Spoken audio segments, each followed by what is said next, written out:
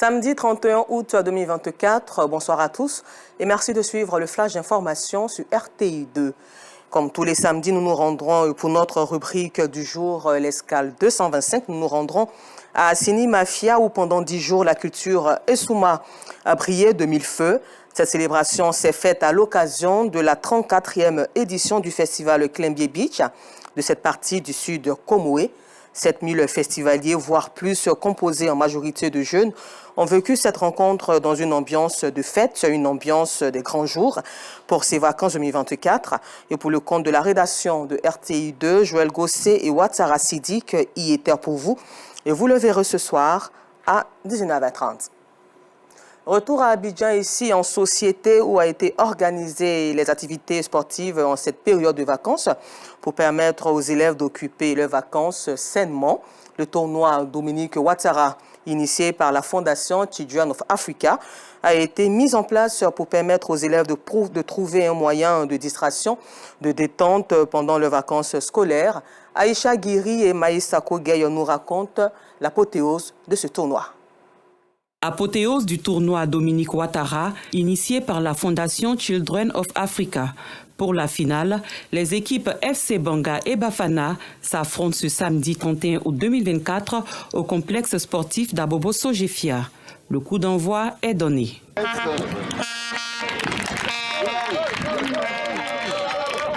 Cette initiative de la première dame de Côte d'Ivoire vise à permettre aux enfants de s'occuper sainement pendant les vacances scolaires. Cette rencontre a lieu en présence de guides religieux, des chefs traditionnels et des autorités municipales. Nous sommes ici pour soutenir nos enfants, soutenir la première dame, soutenir Mme Kandia Kamara, notre mère. On vient d'assister à un jeu intéressant de nos enfants, de nos petits-enfants. Et c'est grâce à la première dame. La première dame, c'est notre maman. Et c'est pour cela que nous lui disons merci. Nous sommes en période de vacances.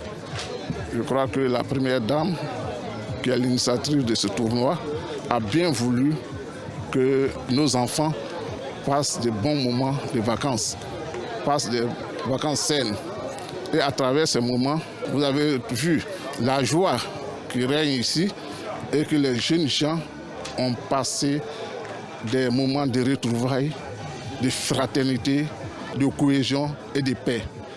Pour cela, nous avons vu des jeunes gens qui regardent des talents. Une finale remportée par l'équipe FC Banga par un score de 1-0. Les coachs des différentes équipes ne cachent pas leur satisfaction. Nous sommes vraiment heureux.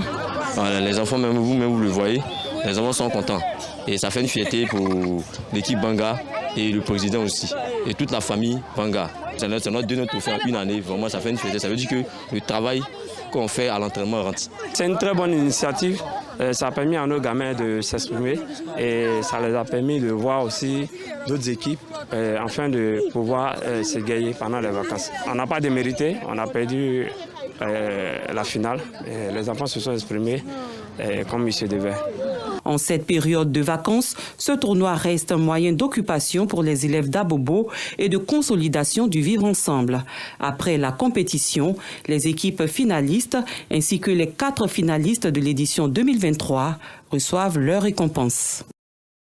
Hors de la Côte d'Ivoire, sachez que le Nigeria signale des cas de Mpox ou variole de singe depuis plusieurs années, avec un pic en 2022. Au 10 août 2024, ce pays de l'Afrique de l'Ouest dénombrait 786 cas suspects, 39 cas confirmés et aucun décès depuis le début de l'année.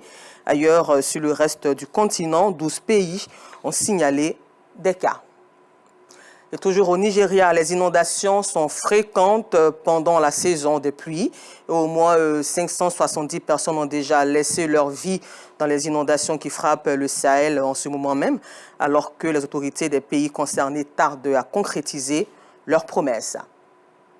Et puis terminons ce flash d'information au Cameroun où quelques heures avant que l'organe en charge des élections clôture les inscriptions sur les listes électorales. Ce samedi 31 août à 14 h, comme prévu par les tests, les électeurs s'empressaient pour s'enregistrer. Les sites d'inscription ne désemplissaient pas. envahis par des retardataires qui veulent prendre part aux prochaines échéances électorales, notamment la présidentielle prévue fin 2025.